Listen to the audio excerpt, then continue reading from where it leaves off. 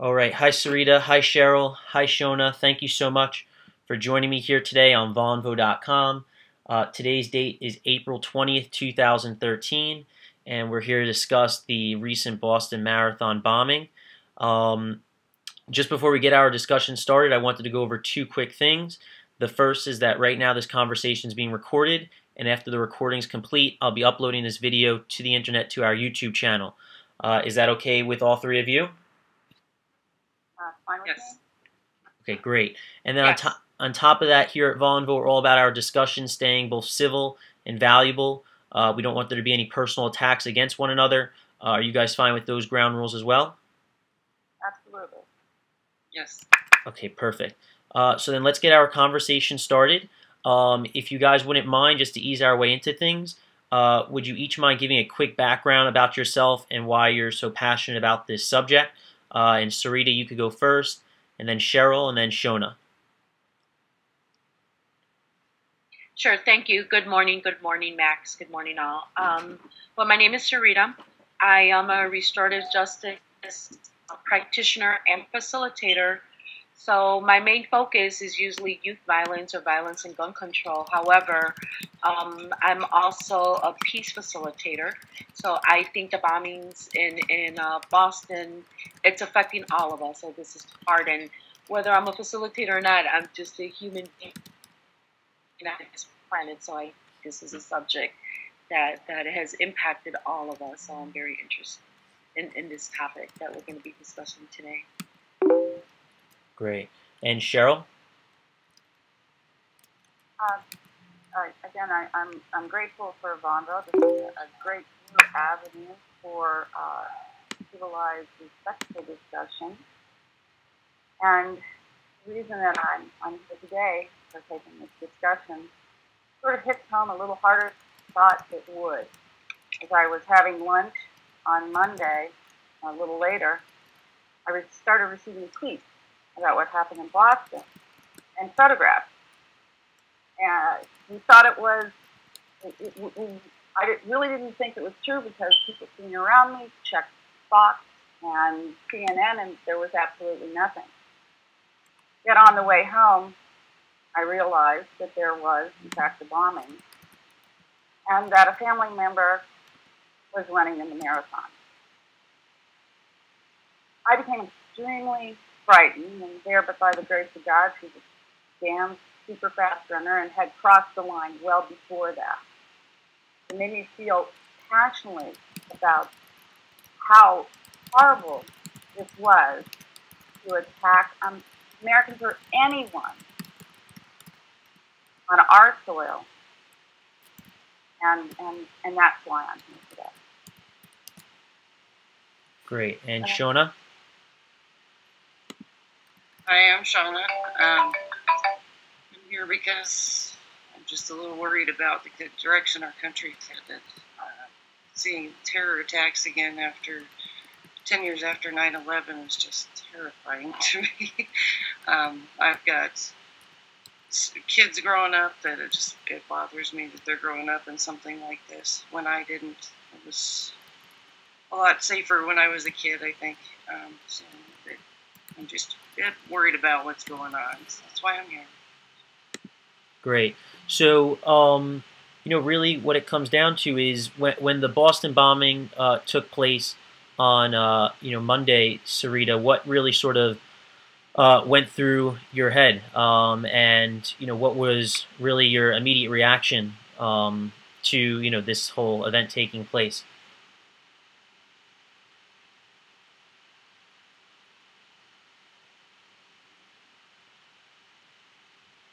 Again, I think like it's already been said here, a disbelief that something like that could occur again in our country. However, event that and it's just so surreal that we could see that live, almost live to the minute, as we watch our television sets as the news was unfolding. So yes, and I did not have no family members there, nor did I know anybody personally. But then again, just the fact that we all share life on this planet, it was just so impacting me. And then to find out, even if it was just one that was dead, but all the injured,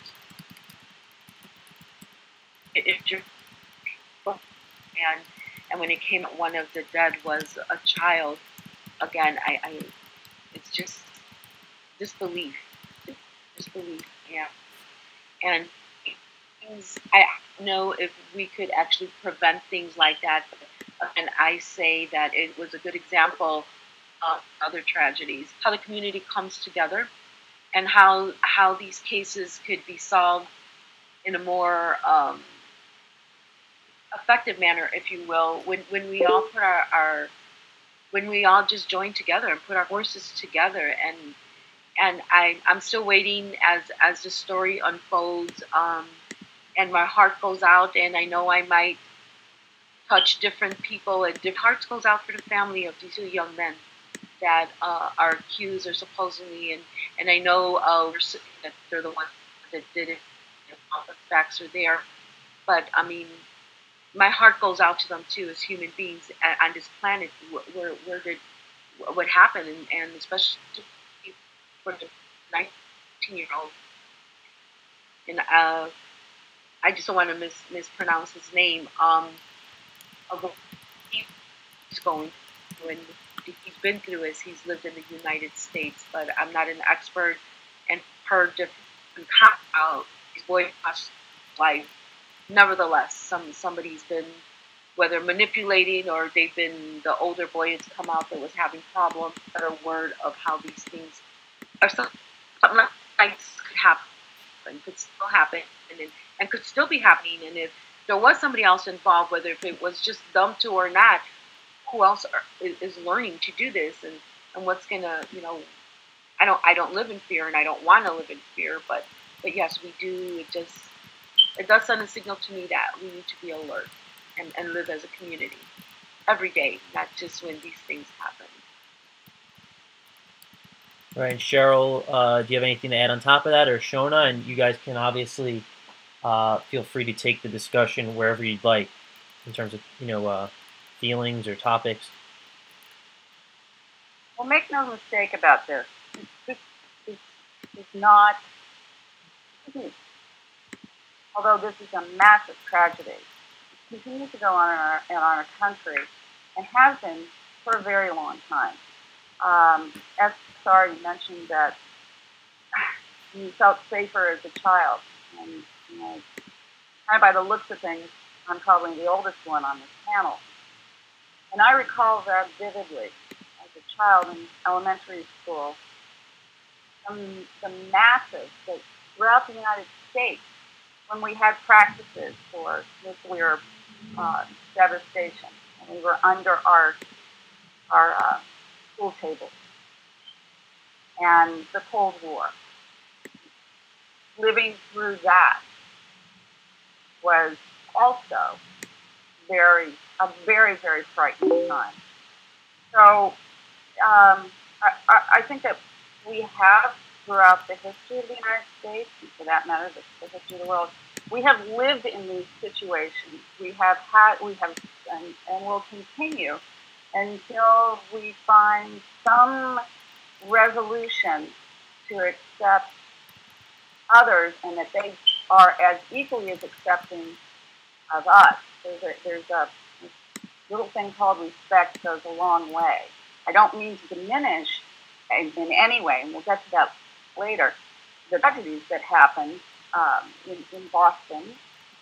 But I think that we really need to take a hard look at our history, not just the last 20 years, as to how this possibly could have happened. And I have more thoughts on that, but I'll turn it over to another opinion. Shonna, do you have anything to add on top of that? You kind of mentioned the idea. Yeah, go ahead. Go ahead. You can finish what you're saying. Well, no, I was going to say, because you kind of hinted at the idea that you didn't like, you're concerned about the direction of the company, of the country. So perhaps maybe you want to tie that into, this subject, and any other comments that you wanted to chime in on.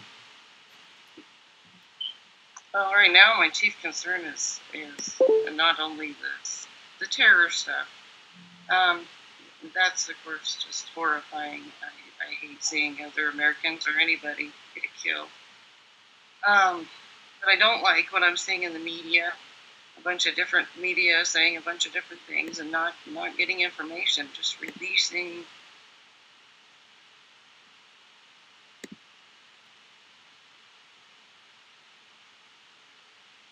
right information out at the right time. And another concern I have is with the 24-hour news, we let too much information out at times. Like that puts the police officers and military and whatnot in danger. And I think that increases the damage, I guess. That's where I'm at on this. I'm just real concerned with what I'm seeing the media do. It's really affecting everything. Well, if you don't mind, I'll speak to that. This shock and awe from certain specific media outlets, they just follow that Frankfurt School of thought of shock and awe, throw whatever you can out there, see what sticks, do the most amount of character assassination, and it's driven by a certain specific thought process. It is. I agree with both of you. The media does exploit, not only in this incident, but all incidents. And again, depending who the media owners are, as you said, Cheryl, they lead us on to believe certain beliefs. So I try to gather as much information as I can. But as Americans, we're socialized and we want more and we ask for more. And this is what we want. I think information is good. Too much information, as you said, SR could go the wrong way. But as we put everything together, and I don't even think we've had the true facts yet, as we put it together, we could only make our conclusion. But then again, as Americans, well, there's free, which that's another topic. We demand this information, and I think as Americans that we are entitled, whatever that means, depending again what perspective you're speaking in. So we do need to a certain amount, but I agree with both.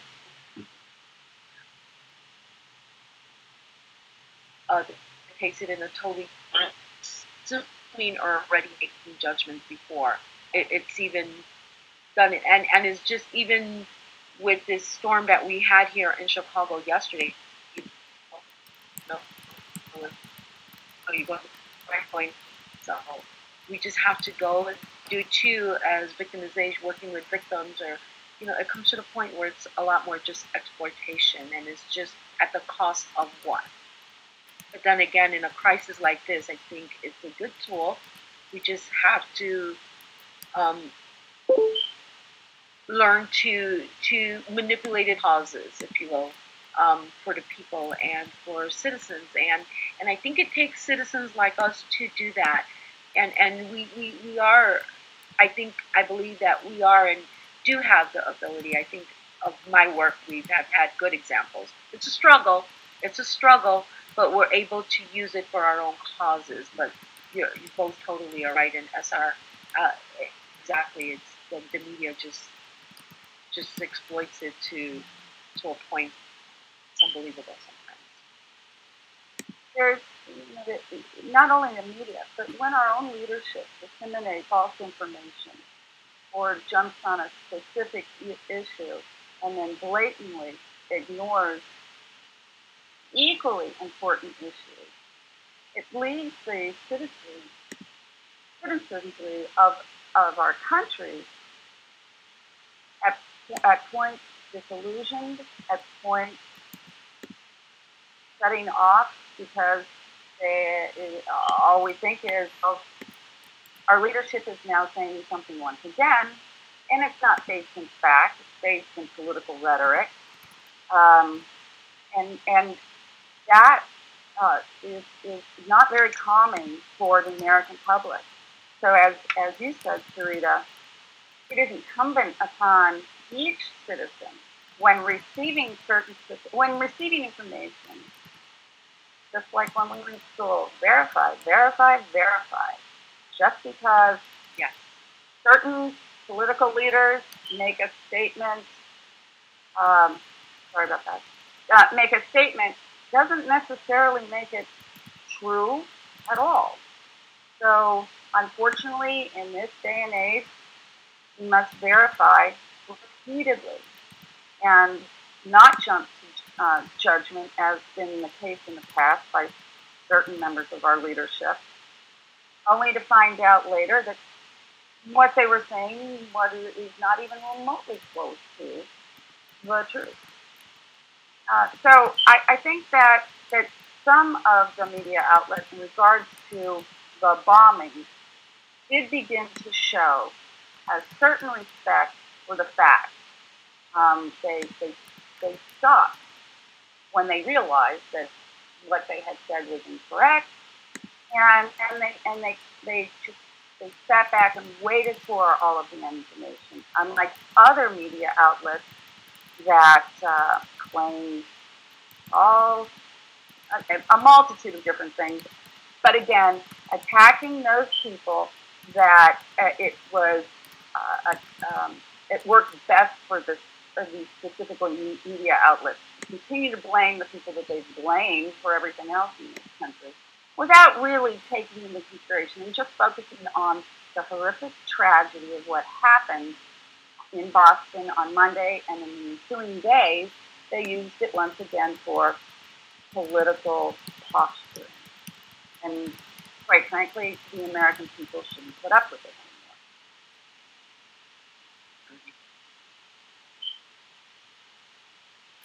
So I think I'd like to ask both of you if we could go to what you think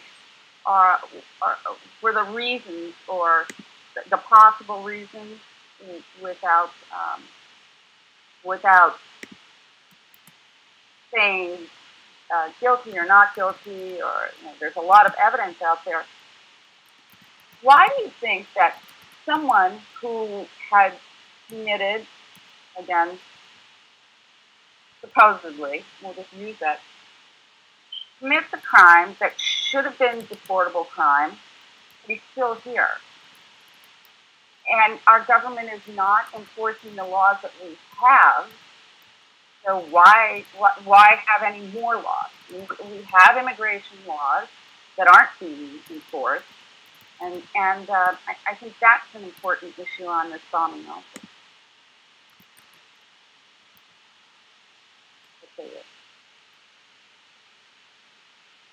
Well, in regards to immigration law, I think that's going to be on the topic. And in regards to laws and bills, I think not to enforce every day, but every to arrive. So I think, could you hear me, Cheryl? What I think that I agree and disagree in regards to bills. I think we just have to amend. Okay, I think we're speaking over each other. Go ahead, Cheryl. No, finish. You break. Did we lose you? No, you're breaking up just a bit. Okay. Okay, let me go ahead and turn off my camera a bit here.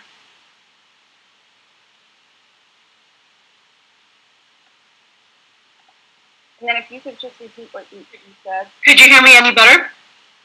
Yes. Is that much better?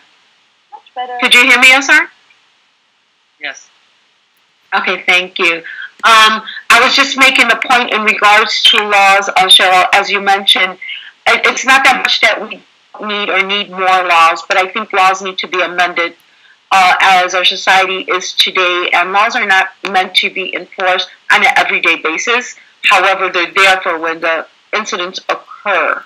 As a society, that we need these laws or bills to be in place. But for instance, my concerns would be in greater aspects if the government knows of things or terrorist attack and versus trying to wait to get more information. I agree that they need to interfere with these acts before they happen. I believe sometimes they let it happen to the extremes to come back more in a radical way or to put a blame somewhere.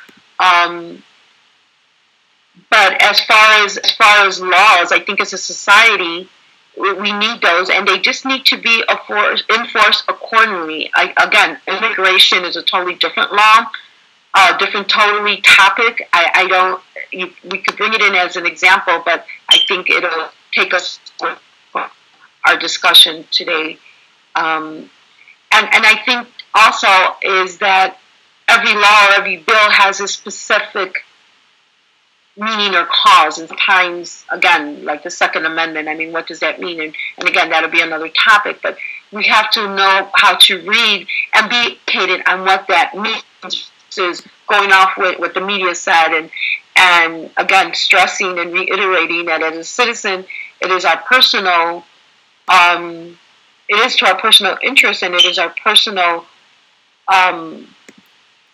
lack of a word here, but we need to educate ourselves and to go out there and demand, ask, but after that we're informed totally versus going by hearsay. Oh, and respectfully, I'm going to disagree. I think that the immigration issue is woven so closely with the incidents that happened in Boston. And we should always be vigilant. And our laws, I really don't think that our laws are, wait until someone does something wrong to enforce them. Right. They're there to keep people from breaking the law, so to speak. And I'll just bring up one other example. Our government clearly is not enforcing immigration laws. Prime example, a high-ranking official in our administration relative has DUI, should be deported, still here. Things like this, when we need to enforce what we have now before we start enforcing anything. I mean, trying to change the laws and things are not working when we make absolutely zero effort to utilize those laws and codes that already exist. And so, while yes, the FBI did speak to the gentleman and they found nothing suspicious, and I can't fault them for that because everyone is passionate. And if every time the FBI went on Twitter or Facebook or even read a commentary in the newspaper and someone was extremely passionate about their belief or their cause, we all be in jail. That being said, I think that it is important to the discussion of the lack of enforcement in this particular instance. I agree with you, Cheryl, although in some points I don't agree with you in the sense of, I know again, and it depends, and it's just how much correct information we received. You know, there was an incident with the older brother in regards to immigration, and supposedly there was an alert that the FBI had looked into or the government has looked into and ignored it. And again, in other cases, so again, and that I do agree with you. I'm just saying, unfortunately, sometimes we use these laws and we use them to violate people's rights versus more than anything. So it's a very thin line, and it's not that I'm not agreeing with you that this is not an immigration issue. It has to do a little bit with everything, but we're always just jumping the gun. We're jumping the gun and saying, so I think what my philosophy or my opinion is, I'd rather we have to just see how things are exactly what is it that's going on versus, because we're too quick to be judgmental and too quick to put names or titles or blame, if you will. So, I don't think it's being judgmental. Go ahead, Cheryl. I don't think it's being judgmental when you ask, no, demand that our government enforce our laws. That's not being judgmental. It's not being profiling. Oh, I'm not talking about citizens. I'm not talking about citizens, Cheryl. I'm not talking about citizens. I'm talking about the government or people in leadership itself. I'm not talking about, as citizens, yes, we need to demand. I agree. Maybe I'm not bringing my point across. And again, they're just letting, as we started to say,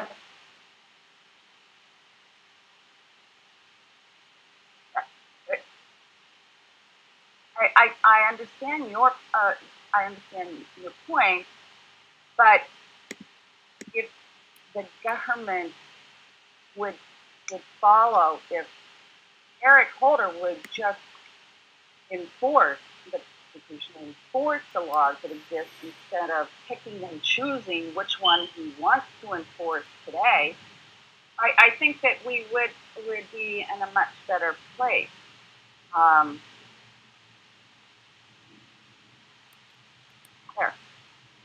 I definitely agree with you on the immigration thing. Enforcing laws is a requirement to keep things straight here. I feel like the Department of Justice spends an awful lot of time agendaing which laws they're going to enforce and on whom, rather than doing their job. And I think it's hurting all of us. And Boston is a prime example of where we got an older brother who had, I believe it was 2009, had an FBI investigation or talking to. And again in 2011, why was he allowed to become a citizen if he had an issue with the police or the FBI that should have sent him home, should have deported him? I think that may have affected the outcome on Monday and all week this week.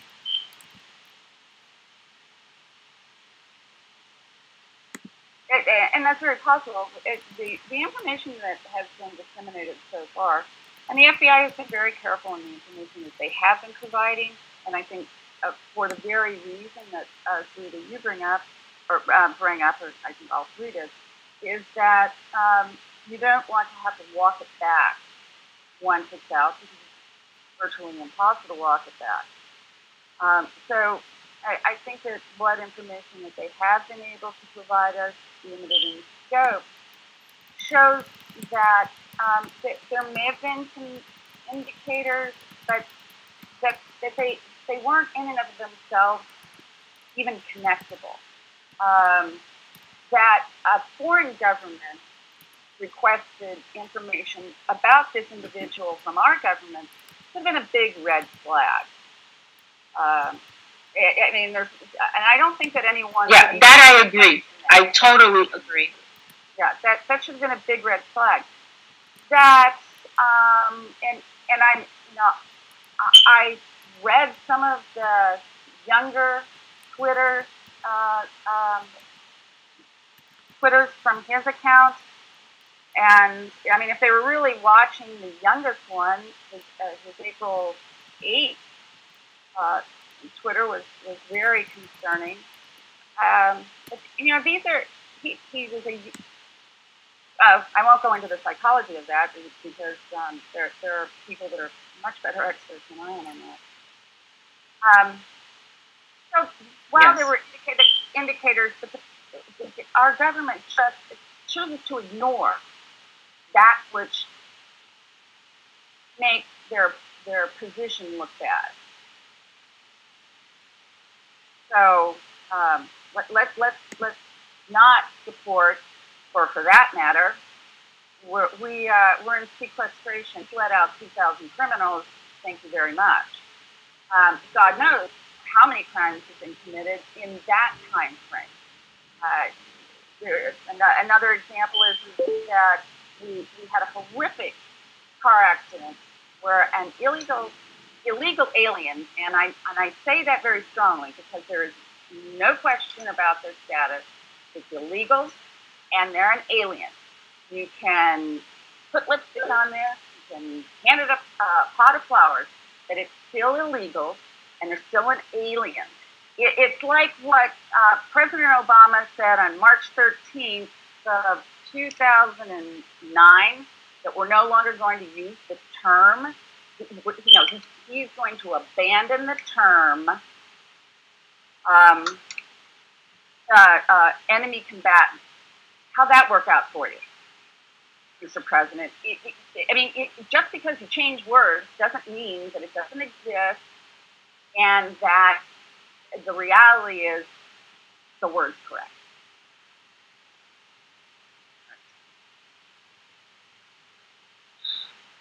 Rita?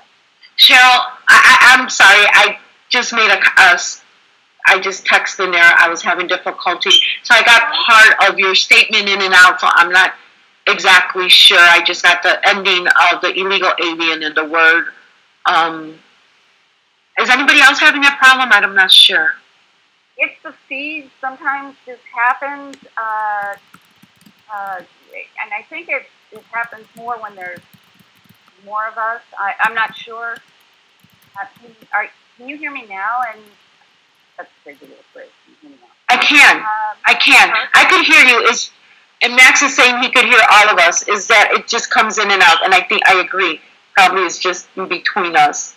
I'd like to comment on that. I just don't know I could do that and making the right statement. But if you could just repeat a little bit about the end in regards to the words, and I didn't get all of it. I don't know. That's okay with everybody else. I was just bringing up the point that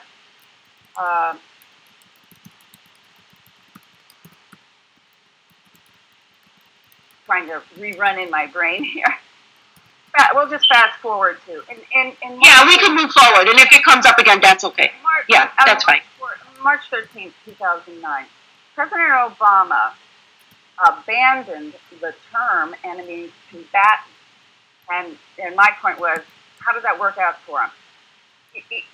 Just because you say we're not going to use this word anymore gives people a false sense. And Al-Qaeda said we don't have to worry about terrorists, and these are all things that our very own president has said.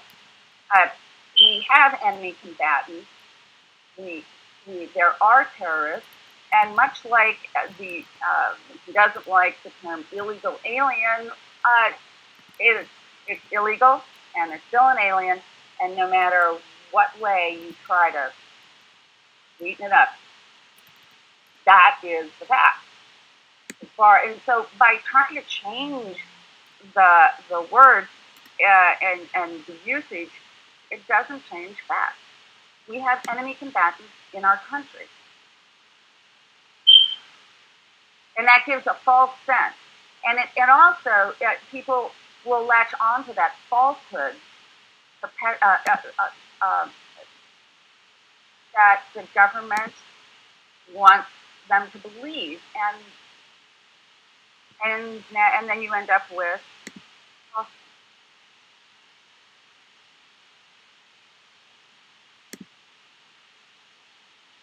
comment?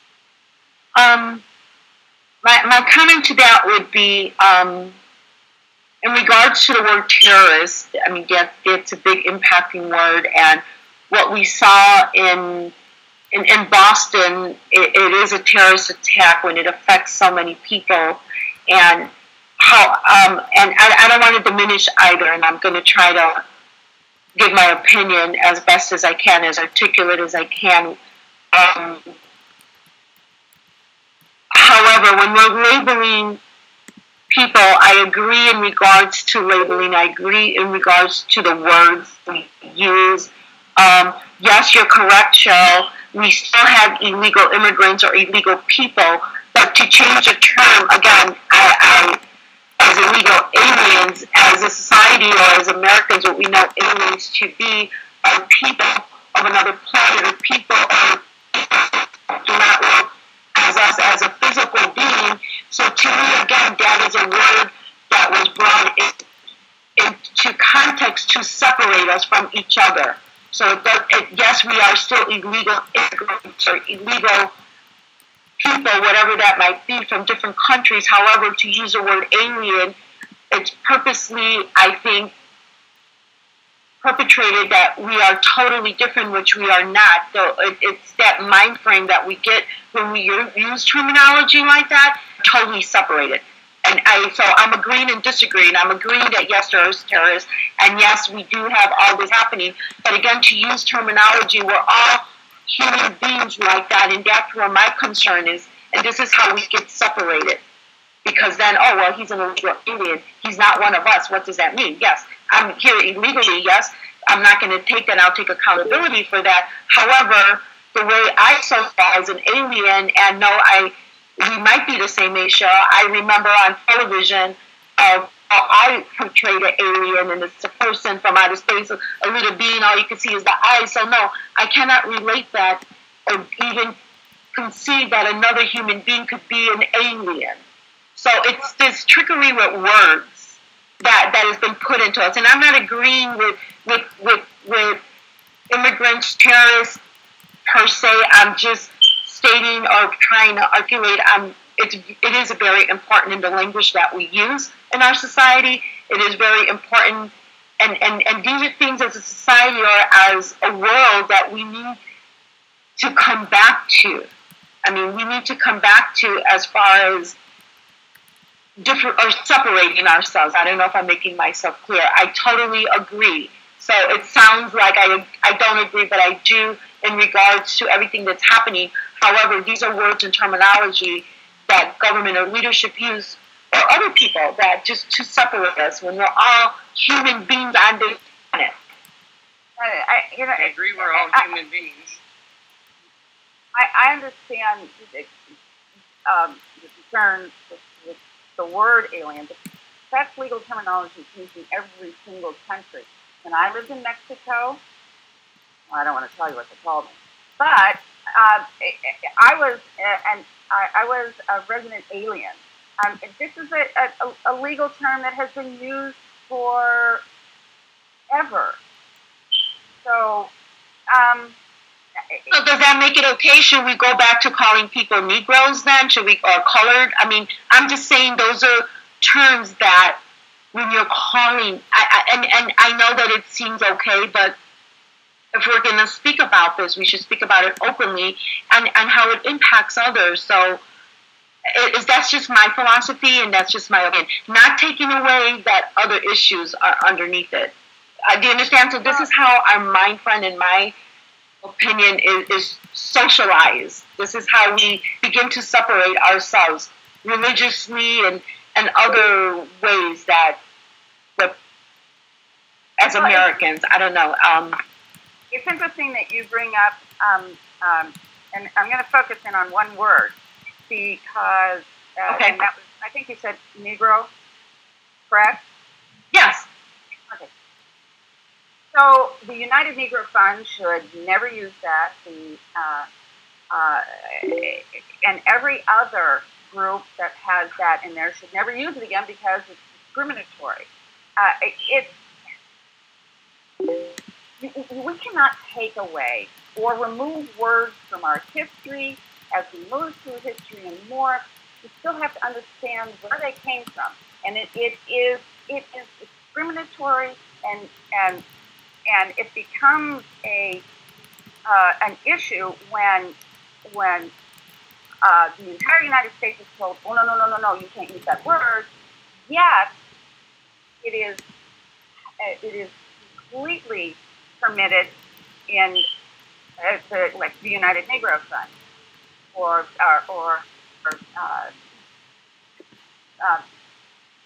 we'll just focus on that because I could go through ad nauseum on how many different groups that it's okay. Well, it's not okay. Because if it's okay for one to use the word, then it should be okay for all groups to use that as a description. Exactly. Everybody's awful thin-skinned about words these days. I get called a cracker all the time, and I don't get offended because I don't care. Words should not be used to harm. They shouldn't. So people shouldn't be so thin-skinned. It's getting old. And the only thing that separates us even if it does. And the only thing, and I say this with all complete respect, although we're kind of going off of, but it still relates back to Boston. Still relates to Boston. Is that two things? Discrimination shows ignorance by the other person. And if you have it in your heart, and the most important place in the whole world is 5.5 inches between your ears. If you believe yourself to be worthy, if you believe yourself to be a good person, and you have that self, that inner self, it only shows the ignorance of the other person, and there it is. I totally. They are the ignorant ones, and name calling is nothing more than the schoolyard bullying of an intellectually devoid child. I agree with you, Cheryl, and for most of us, or some of us, we do have that common sense, however, and we're all born equally. However, as we begin to grow and we're socialized in this country, or religious, or whatever that might be, culturally, we lose some of that. And unfortunately, bullying still occurs because of name calling. There's killing, there's a lot of things. So I still stand on my opinion that we could agree to disagree. And in regards to this, again, I believe too, we're kind of straying away. But the topic, I think it's a topic that we need to speak about, and maybe this is not the time. But I think this is a big, important topic in regards to words. And yes, maybe you and I could ignore it, and as adults, we know better.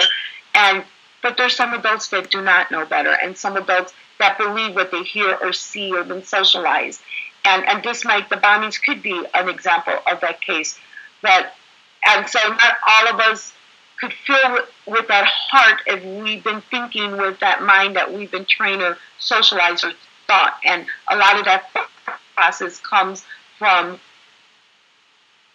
what we think about, unfortunately, by using these terms. Again, I don't want to stray away too much, so I think I could agree to disagree, and if we want to go back on topic, that's fine with me. Sure. So, SR, what are your thoughts on maybe some of the reasons that the bombing occurred? Are writing in, and for example, Dominga is saying at this time people need to know that USA had people from other countries with different cultures, so we need to respect each other's cultures, in my opinion, versus anything else. I mean, if you want to continue to speak about those things. Part of the problem, though, is that while we need to respect each other's cultures, we forget that we also have the American culture. And if you're going to come here, you need to assimilate and be an American, or you need to go away. But what is an American, SR? But what is America? America is made of different ethnic people. There is no true American. We are all of us, no matter what color we are, we come from different countries and settled in America, whether we're Irish, Mexican. So what is an American? To be able to live free, come here for freedom, educate. I mean, that's a whole another. What does that mean? I am a little frustrated with that, because what is an American? Should I learn? I don't eat meat. I don't eat hot dogs, and I'm American. I mean, what, should I go in and get a hamburger? What is American? What is that? I get a little frustrated. What does American mean? We are the great melting pot of the world. We have, Amen. And we have our Constitution, our Bill of Rights, that make us uniquely different than anyone else. And I support SR saying, you come here, you assimilate here. When no one's saying, and I'm pretty sure SR isn't saying this, is that you lose your heritage, and that's exactly what it is, your heritage. I think the greatest number one mistake that we make in this country, and politicians use it to be decisive, The last time I checked my passport, the last time I checked my birth certificate, it said I was an American, not an Irish American, not a Mexican American, not an Irish Mexican American, but an American. And when we get that thought process through everyone who comes here, that you are now an American, you take that oath to support the Constitution of the United States. So we are a great melting pot. Your heritage, quite frankly, sits behind you as an American, and that's exactly where it should stay. Exactly.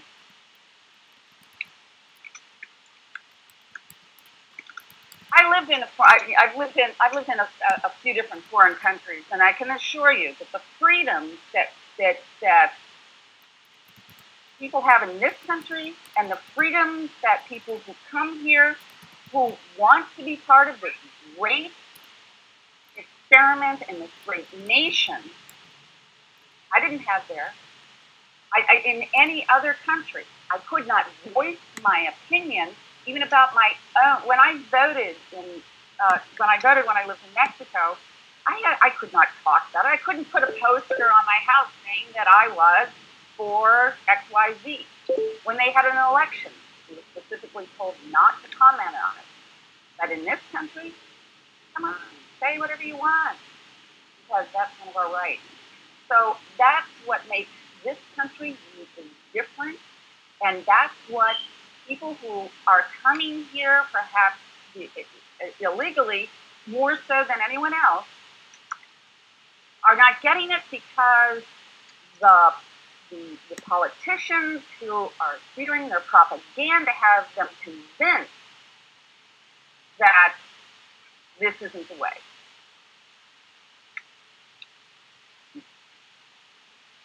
And that's unfortunate.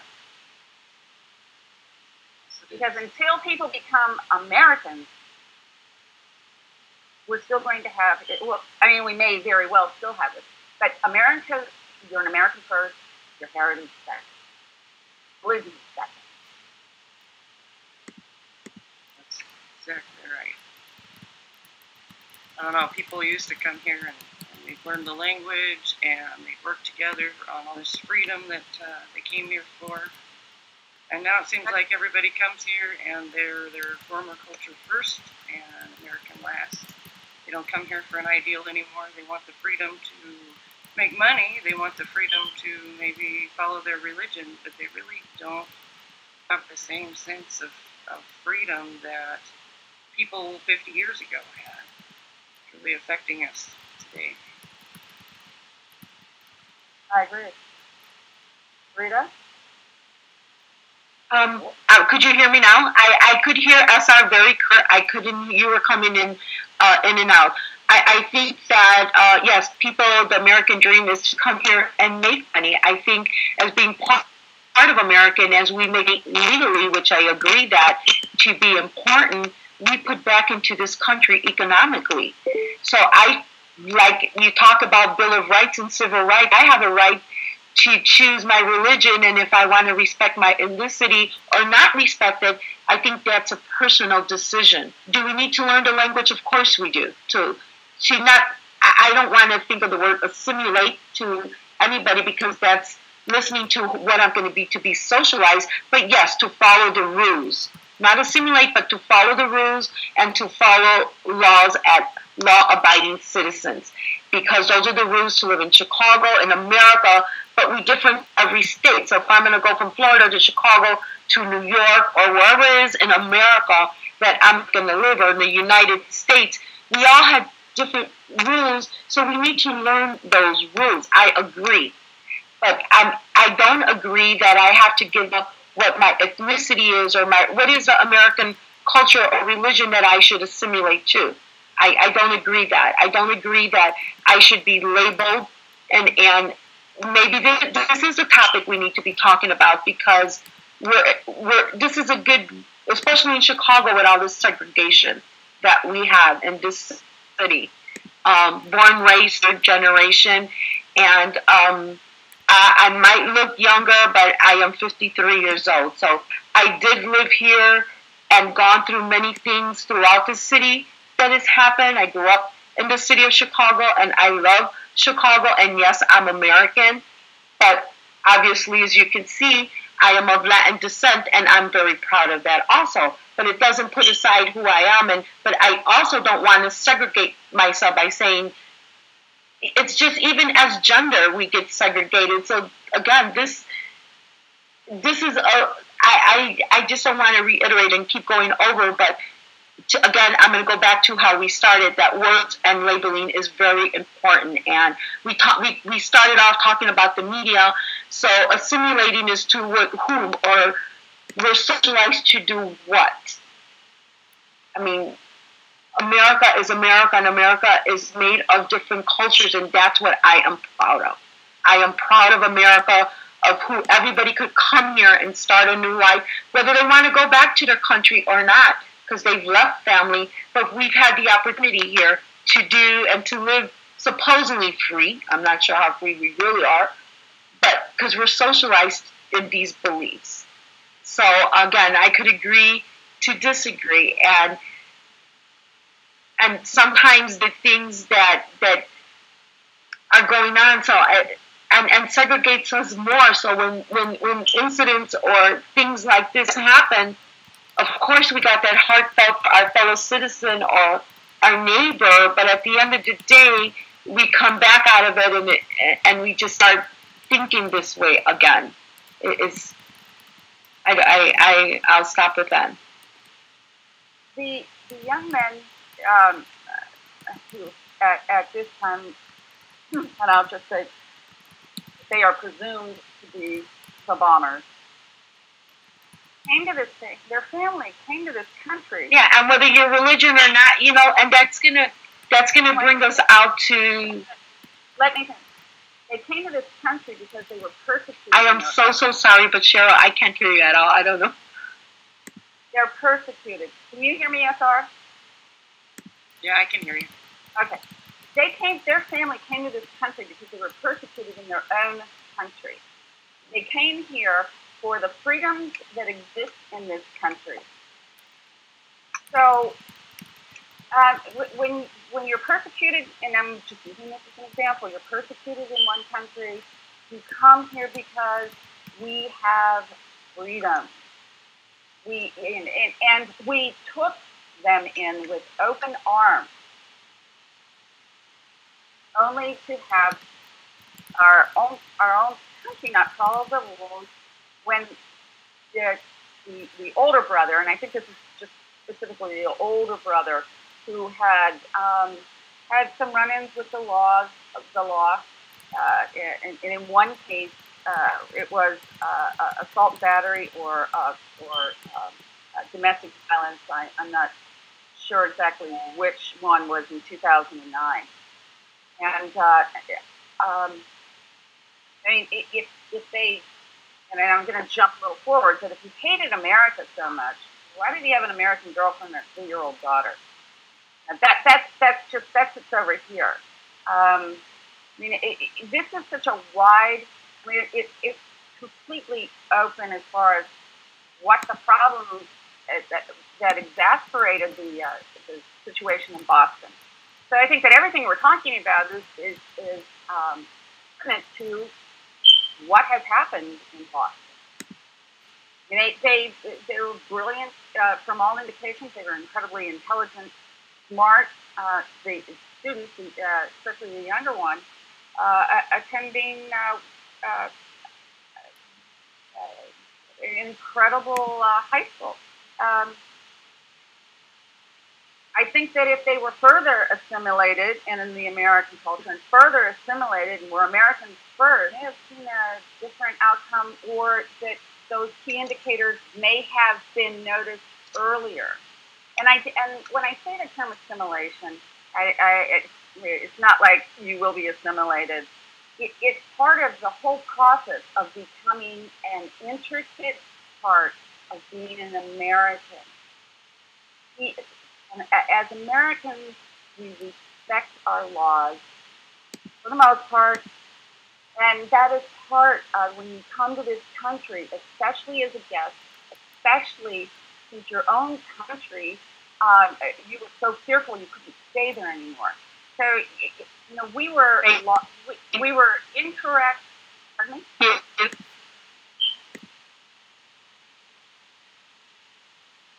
Go ahead.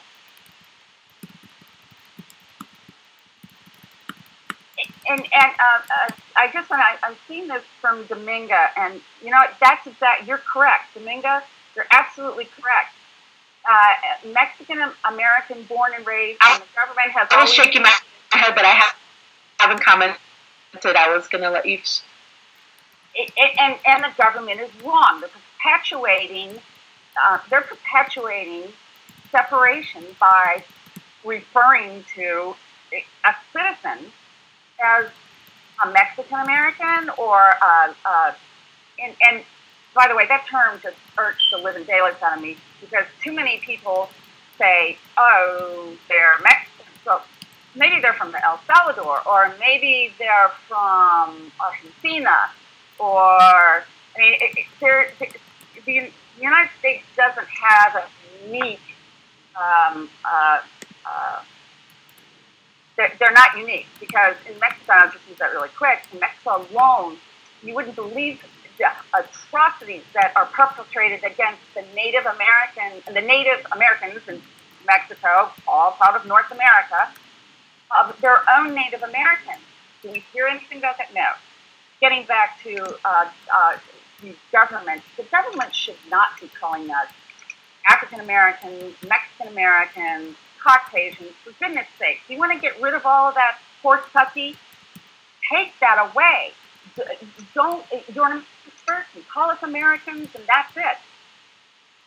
Yeah.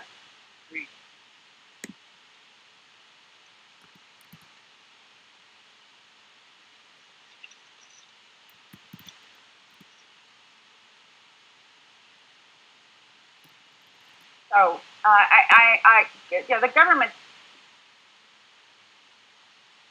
It is an issue. Be proud of where you're from. Be proud of your heritage. But be an American first. And I think that if we saw more of that, we'd have less of the other.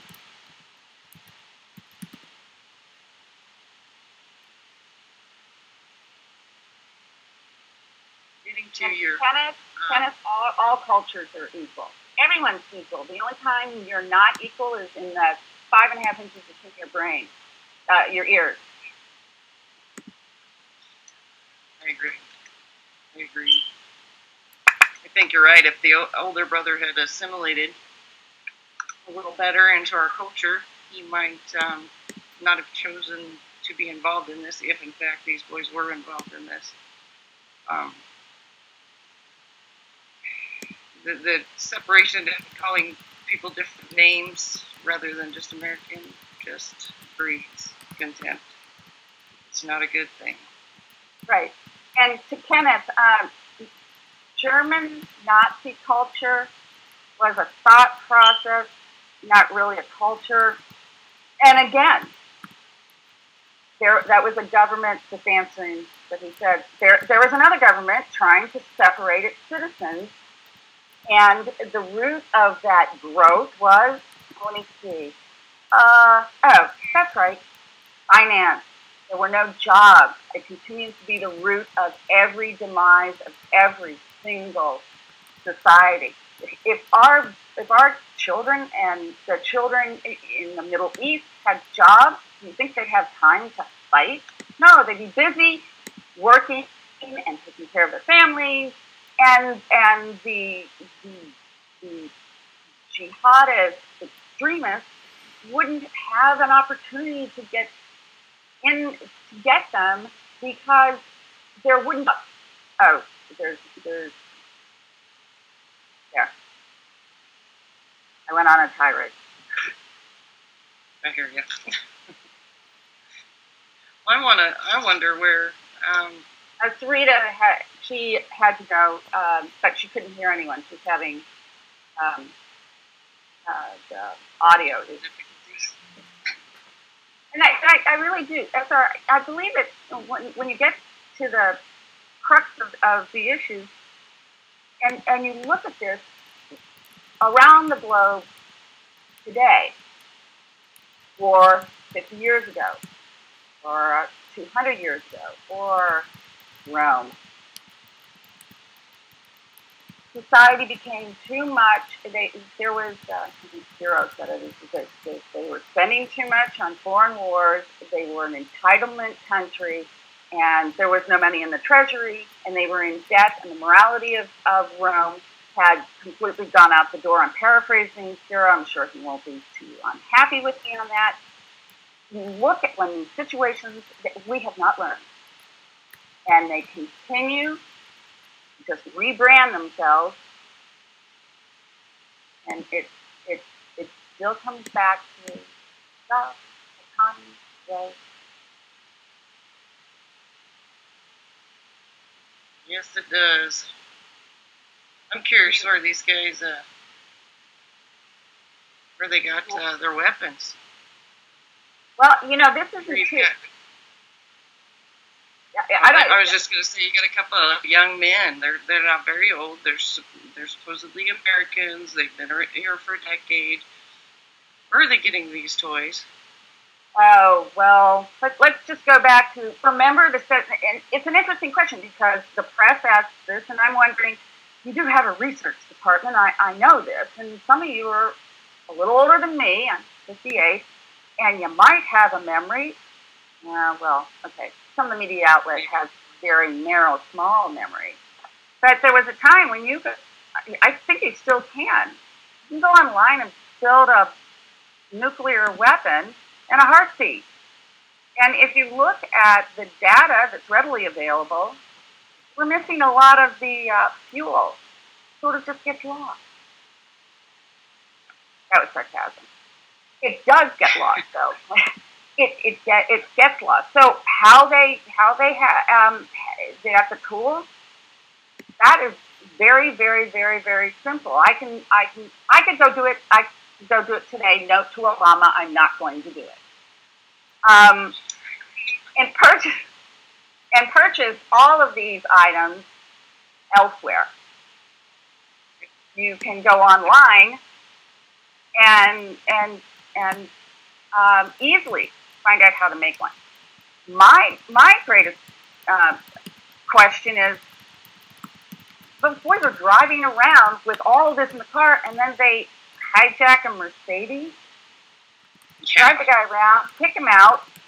I want to talk to the, no offense, sir, but so they were able to move about Boston very easily, Watertown, with this whole menagerie of weapons in their cache that they made.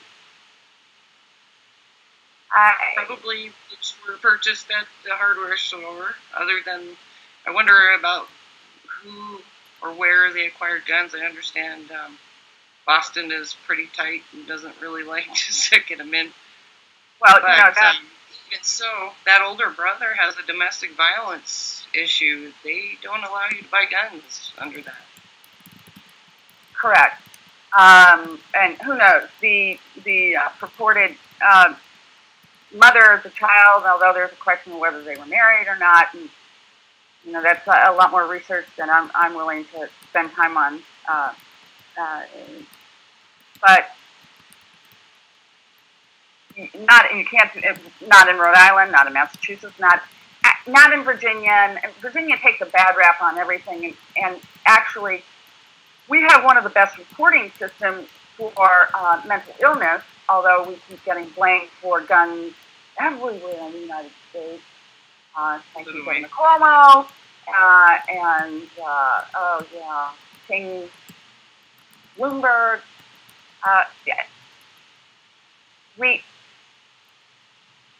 So I don't. They could have bought them.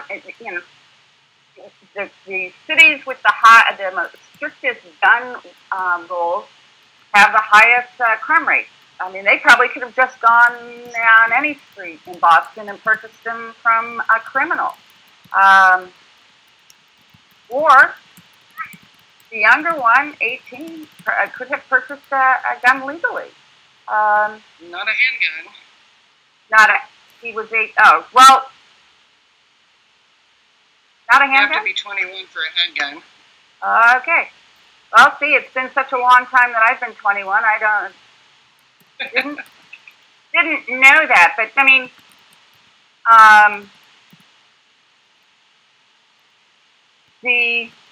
hold on, I'm reading too. yeah, I'm trying to read this. Why is there Christians Jews living alongside Arabs? Yet they are.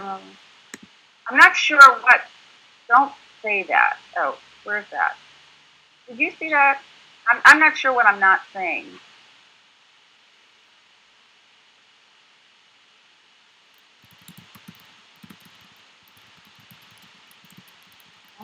Who's Shonna? Kenneth, there are millions and millions of Muslims. Not everyone is doing this. Well, of course there are millions of Muslims. And Christians and Jews and Buddhas and no, not every single person is. You don't blame an entire culture or an entire group with by the actions of a minority or a small group. I mean, that's ridiculous. Wouldn't dare. Exactly. I mean, that's very, very hard. Bye, Kenneth. Hi, Kenneth. Hello. How are you? Hi. Fine, thank you. Okay, I'm just asking you a simple question. And What? I have it there in the text. And the question is this. What? Why is it that Christians and Jews from the Middle East, whether they reside in the Middle East or have moved to the West, do not have an honor murder culture? Now, this is in context to the statement by someone who said that all cultures, I mean, it was Cheryl. You're saying that all cultures are equal regardless, and I take it, except I object to that. I don't believe that's true, and I'm using this as a point. Why is it that Christians and Jews in Arab countries, living alongside other Muslims for centuries, do not have an honor murder culture, regardless if they keep living in the Middle East or they move to the West? We have seen Arabs in the Middle East living there and also moving to the West, and that honor murder culture follows them.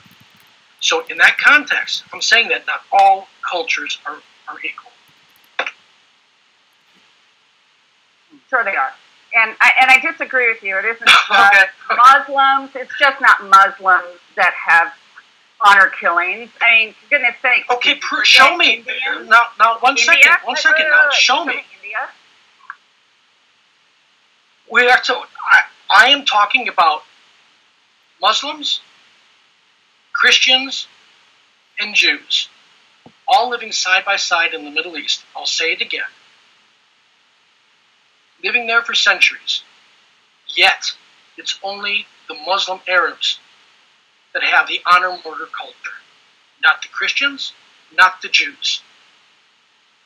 Why? And don't tell me that, Christians honor murder. No, there's no anything on a record even coming close to that. Well, that's a fact. There's. I love the way you say it. It's a fact. There's nothing on record. There's honor killings in other cultures, but I stand by what I say is that all cultures are equal in so much is that we should respect everyone. What about a culture? For example, in Guinea, where natives have their own culture, and I don't know if I can even say this. Pardon me? You sound a lot like a colonist. I mean, it's follow my rules and let me point out the one thing that might not make it, that I find. No, but you're making a blanket. You are making a generalized statement. All right, you're saying I'm making a generalized statement, and you're making one, and I've just given you an example, and you still can't answer that example. And it's a very straightforward, honest example with 3 different cultures living side by side. One. Well, I mean, honor murders. What about the bombers? I mean, come on. The Muslim, there are Muslim or Arab bombers that kill innocent children. Do you think that's anything different than an honor murder? No, it's not. But in and of itself, if we showed a little more respect for everyone and we started off on the footing of they're equal, maybe. What if an intolerant? Well, go ahead. Can I first say that in China, not too long ago, women, like girl children, were being sold off for bags of rice. Like honor killing is true. That happens in the Muslim communities a lot, but a lot of these communities don't even know the rules of the Quran or stuff like that. These people are illiterate. Most of them are illiterate, do not have schooling, and or have very low job opportunities. And exactly with these 2 youngsters, that was the case, because if you listen well, they said about the youngsters that they weren't fitting well. They felt they were disconnected with the community. Now, what that happens is when that happens, and then people are really prone to fall back to their root culture, belief, religion, whatsoever. And if one influential person shows up, they're really likely to listen to them and then go down to this path which just spirals down to violence. And that's what I believe happened, really. I mean, you cannot just say, hey, it's a Muslim thing, because there are millions of Muslims, and I don't believe all of them are violent, because that's just ridiculous. I mean, like for India, for example, you see the rape culture all over. Last time I was debating someone arguing, I'm sorry for this long speech, but go ahead. Go, please. Not too long ago, I was talking to someone on YouTube, and he said, feminism is not only there's no need for feminism in America, but only in Muslim countries and such. And I was like, are you kidding me? Have you seen India, for example? Women are getting raped on a daily basis. Every 20 minutes, someone gets raped in India. It's horrible. It hasn't to do with culture, but mindset per se. And for Japan, for example, people are really prone to kill themselves, commit suicides. And this is in those Muslim countries.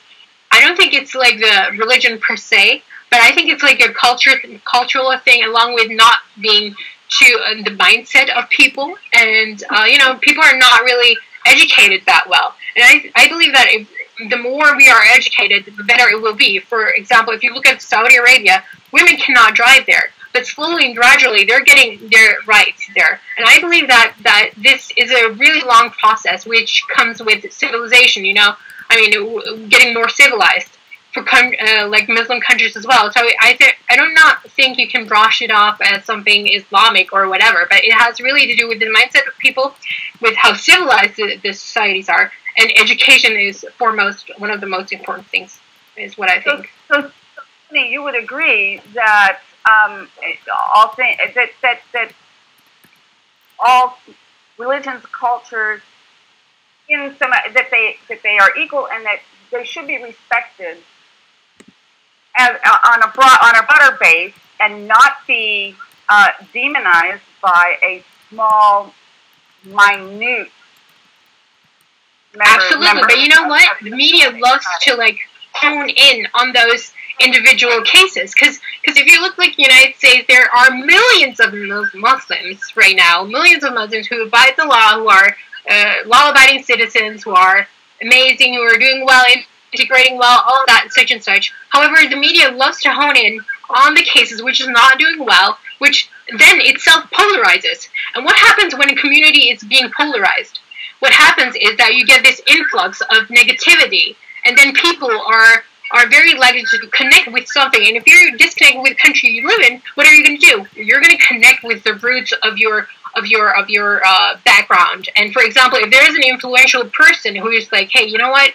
come to Islam. We're gonna fight this country who does like horrible things, because it is true. America has done like a lot of horrible things. I mean, like Obama has this kill list. Obama has drone strikes, right?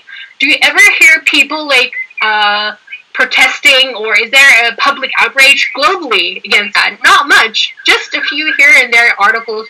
But do you hear like anything? Those drone strikes have killed hundreds and hundreds of innocent people. No one's like barking at it. No one's like looking back at it. But you know what? These people see that, and when a community is being polarized, they're really prone to spiral down the violent path. And it's not an excuse, absolutely not. But what I mean to say is polarization only fuels hatred, and only bad things come from that. And you should never ever do that. You know, if anything, we should like include people and not be exclusive. And that's what I'm trying to say. Well, and that goes to my original point that we should have an environment where we're Americans first, and your heritage sits behind. That is extremely helpful in assimilation into our American society. And it also goes to my point that finances play a very big part in, as Suna said, did I enunciate that correctly, Suna? That even our own government separates us. Mexican American. Nope, I'm an American first, Hispanic second. And to your point, they didn't assimilate. They, much like in Egypt, where after the Arab Spring, there were no jobs. What did they have to go back to? They were prime pickings for terrorists, because they're going to say, oh, those bad people over there, come be with us and we can make you feel good about yourself. That happens all over the United States. I mean, and I'm not even going to go back far. Let's just go back to the 70s when we were in economic, we had economic situations. Gas prices were insane. There were college kids not getting jobs. Well, join our cause, and we'll give you something worthy to live for, and be part of this great cause that's going to tear down America and bring it back up in the great form of the Frankfurt School of Thought. Wow. And the press is constantly doing a Sid Blumenthal every single day. Yeah, yeah, go ahead. Sorry. Kenneth's point about the honor murder. I think he's right. To your point is about the honor murder culture. You know, you talked about they're the only group that brings it here. Not the Christians, not the Jews, not the others. I think you're somewhat correct there. The biggest problem is that they bring culture rather than heritage. They try to make us follow their culture instead of bringing their heritage and following our culture. Well, if you're going to bring if you utilize that as an example, please utilize all aspects of that example and include India and a lot of other countries that their citizens come here, and because their children are assimilating, there's honor killing. So it is not just it is not unique to one culture. Yeah, I'm sorry. Excuse me. I disagree. I wholeheartedly disagree. And again, what part? About discounting other cultures, I'd never said that India, the culture of, for example, burning their wife after the husband dies, that was a part of their culture. Yeah. Okay? And that was outlawed by who? When was that outlawed? No, British, when the British ruled India. British, I said that. I was trying to pull out a date. But Kenneth, one question. Suna, one second. I'll give you a chance. Okay, I listened to everybody in peace.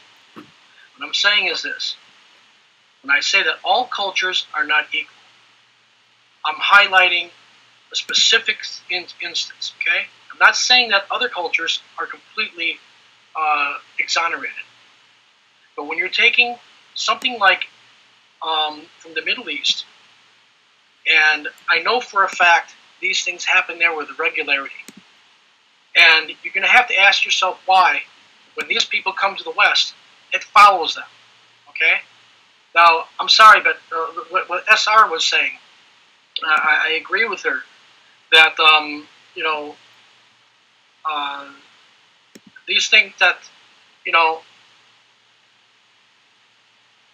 though we can't generalize, which is not a good thing to do in many cases, but in some cases you just have to, you know, scratch your head and say, gee, why is this? You said about the mindset. Shonna, what were you saying about the mindset per se? I think refresh me on that one. Yeah, I'm not really sure where you use that in which context because it differs. But I want to say this first. I didn't. What was I going to say? Right. I don't personally do not believe in assimilation. Right. I think that everyone is entitled, as in every country, everyone is entitled to their own culture. However, you need to adjust to the country you live in by abiding the laws and living. You can't. If you have your own laws. No, not laws. How in the world? No. You assimilate to a country. No, that's not assimilation. See, you can abide by the laws of the country. However, retaining your own. But if you have your own laws and regulations, then you can't assimilate. No, you cannot. You're not listening. You see, you need to abide by the laws of the country you live in, and then, however, retaining your own culture. Like, say, if everyone needs to assimilate, we would have one country with one culture, with one language, and no other culture. But that's just not true. I mean, go to a big city, you have a Chinatown there with culture and a lot of stuff. I mean, the same applies to other Western countries in Europe as well. So really, assimilation is not the problem here. You need to integrate. That's a different word. You have assimilation and integration. I believe people should integrate. Absolutely true. And I am against honor killing just any other person, of course. It happens on a regular basis, which is true, and it needs to be addressed. However, I believe this is because people are not being very exclusive, you know, and not being inclusive, and that needs to be addressed, what I believe. There was also a point which Edward made. He said that the drone strike were to kill a lot of the Taliban and terrorists, which is true, partially, which is true. I mean, they are effective in killing certain people. However, internationally, drone strikes have been as being to do a lot of collateral damage, meaning a lot of innocent people are being killed. Hundreds and hundreds of innocent people have been killed by the drone strike. It's being condemned by the international community. However, Obama still pursues this path to go and use the drone strikes in a violent way, and that's what I'm saying. And it has. I mean, I have read a couple of articles which also said that this only breeds more and more radicalism. I mean, the only reason that we're not getting in Taliban what we were pursuing, which is to make peace and drive out all the Afghans, it's because they keep on recruiting a lot of people, you know? Okay. I mean, yes, go ahead. Okay. Now I remember what you're talking about, different mindset. That the boys, when they took to the road of violence, that they had a different mindset of sorts. And was their alienation something that led them to do violence? And I categorically reject that. That if that's the case, then you would see a whole host of people who come from all different various backgrounds, have been marginalized or don't fare well, but yet do not resort to violence. There's a single thing connecting all this, and that is this dissemination of the jihadic rhetoric over the internet. And even within the Boston community, there's a video online with the governor. I don't know if he's the former governor. What's the governor of Massachusetts right now? Patrick Duval. The Vault. Patrick Okay. Vault. Well, he was filmed arm hugging this one guy who's an absolute radical, who said to grab your guns, grab your whatever, and fight for jihad. Filmed inside the mosque in Boston. All this stuff has some type of connection here, and you can't just remove the J word, jihad, from it. It's prevalent everywhere. Let me just jump in here for a second as far as just referencing this type of behavior of the two boys. And I'm just going to bring up Oklahoma City. There are angry people in every single society that feel that their only way to better and cleanse their society is by mass murder and disrupting a society. I mean, the issue and the problem, we keep looking, they're 20-year-olds. They're 20-year-olds. I think that we need to look beyond the issues of their specific cultures. I think we need to look at the actual financial structure, which they didn't have a job, and the same thing with almost every single one of these mass shootings. 20-year-olds, no job, and that they had mental issues. This is more than just a cultural issue when it goes to what happened. So, notwithstanding the honor killing, which by the way is I think is horrible. I think it's disgusting. But I think the point when I said that everyone is equal, my point of reference kind of may be very different than yours. Because I can pick apart, I'm Catholic, I can pick that apart up the wazoo and still say what a horrible group of people and the priests and everything, but it's not the whole Catholic Church. So I think that we have issues far more reaching than just disconnection by of their cultural background. And to Suna's point, I think that's just a semantics. Integration, assimilation, neither one of those took place with these young boys. So they're isolated, and they must. If you're a citizen, you must be a part of America. You're an American first. Once everyone gets that through their heads, I think we might have, and the government and other people don't refer to them as Arab, Mexican, Irish. Once we come together as a country and we see each other, and I'm not having a kumbaya moment here. This is just it's very, very simple to refer to each other as Americans first and respect their culture or their heritage. But you still must become part of the United States. You must respect her laws, and you must respect the people who are here first. I think you said something that's very, very prolific, that their heritage. I think what we're confusing here is with culture, with heritage. I don't think anybody here, I don't think anybody in this room disagrees with the fact that somebody had brought up, there's Chinatown, there's, Germantown, or, all these different, Oktoberfest and so forth. That has nothing to do with culture. I mean, yes, it does, but it has more to do with what we call heritage. And when you say that you talk about heritage, it means that what you came from. You can still respect what you came from. But when you're here in America, you're respecting the American, it's a unique culture. And the melting pot is right. Which requires us, I was about to use melting pot, which when you are part of a society, you respect those members of the society. We are a great melting pot, and we're Americans first. So, Kenneth, I agree with you 100% on that. Oh, okay. Well, that's one for us. But I'm one. I am one of you. See, I'm an American first, and I'm before I'm a mom. Well, let me take that back. I'm a mom and an American.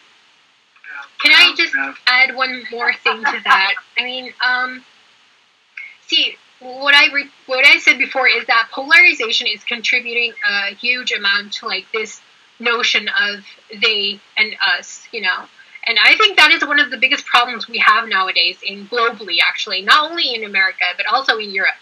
And I think that is one of the biggest problems, especially when you see people like labeling really quickly without knowing all the factors which contributes to like youngsters like these just as going astray and, you know, spiraling off and resorting to violence. I think we need to like think of what could be the reasons, you know, and before we actually judge people and before people start labeling and, you know, ethnicities are thrown around by the media, and then you see a lot of people polarizing, hating, and you see a lot of violence going on. You know, I think that's really dangerous because we must not forget that these people, you know, the more these type of people are hated on, and these type of people, I mean, like Muslims, for example, or like any other minority, really, they're gonna like lean back to their own. They're gonna try to find an identification with something else, and that could be any radical movement or whatever. And when that happens, it only breeds more terrorists like this. And I think that polarizing like that is really dangerous. So you need to respect each other's culture, regardless of where you live. But you need to abide by the laws of the country, love the country, because that's the country which gives you bread and gives you daily bread and such and such. But you must not forget that everyone has a different culture and heritage, and you must respect that, you know. And I mean, for example, if there is a Muslim who wants to wear the hijab or headscarf first, you need to respect that. That's what I think. I mean, because if we don't do that, it's going to be them against us, and that's really bad because that only boils down to like fueling more hatred, and then that will, you know, only breed more people like this, and that's horrible. Yeah, well, these were Larry M's and SR. They were 26 and 19 adults. These weren't kids, even though the 19 one is still young. But, you know, I mean, his mother was 26 years old, and you know, there's no excuse, and regardless of how whatever someone felt that they were badly mistreated. This guy was a boxing professional, for Pete's sake. I mean, you look on his pictures, look on the internet. Whoever had a photo box, whatever, full of all the photos of him with his girlfriend, whatever. I mean, there's nothing wrong. No one's making up excuses. I'm just saying that. In a way, it is. I mean, the way it's okay. So well, if somebody feels like they're being marginalized, well, okay, we got to be careful, you know, not to point that out. Of what was their single most influential force that directed them in that direction, and that was jihad. These guys were juiced up on it. I mean, face it. You went back to Russia for 6 months. Yeah, well, yes, but you don't have information enough to actually say, you know what, it was jihad, simple as that could. Because there could be a lot of factors. It was on their website. Okay, it was on their website, but I think there is way more to it. Because how could two youngsters... It's like somebody being a pedophile. Have all kinds of pedophile pages, and then say, "Oh, it has nothing to do with pedophilia." No, I didn't say it has nothing to do. I didn't say it has nothing to do with pedophilia or whatever or jihad. I think we need to find the reasons before we start like labeling and saying, "Hey, you know, this is what's wrong, and that's it." Because it's not as simple as even pedophilia has its reason, and you need to like address that. You have clinics which try and treat people, even though. You know, it's really hard treatable, but I mean, you know, stuff like that you need to take into account as well, because that's really important. You cannot just brush it off by saying, hey, you know what, it's jihad, so that's it. because it stood on their website. But you know, the guy who committed one of these atrocities also had. The mother said different. Okay, but on his Facebook, he had as like his interests were money and career. Why would anyone who had stuff like these on his Facebook turn out? It's called cognitive dissonance. Well, exactly, and why did that happen? Why? But that has reasons, and that's exactly what I'm trying to point out here, is that it has reasons why it comes this far. I mean, you cannot simply say, hey, it's jihad, you know, that's why. But what I really strongly believe, and what I think is really important to point out, is that people have forgot that the more the media emphasizes this as being Muslims or whatever, there is going to be a more growing hatred towards Muslims, and then you're only going to breed more stuff like this, because, you know, I don't think that's going to do anything well. If anything, we need to reach out, you know. Shonna, respectfully, I'm going to disagree on this. Sure. And at the same time, I'm going to disagree with Kenneth. So I'm just going to disagree with both of you for just a moment.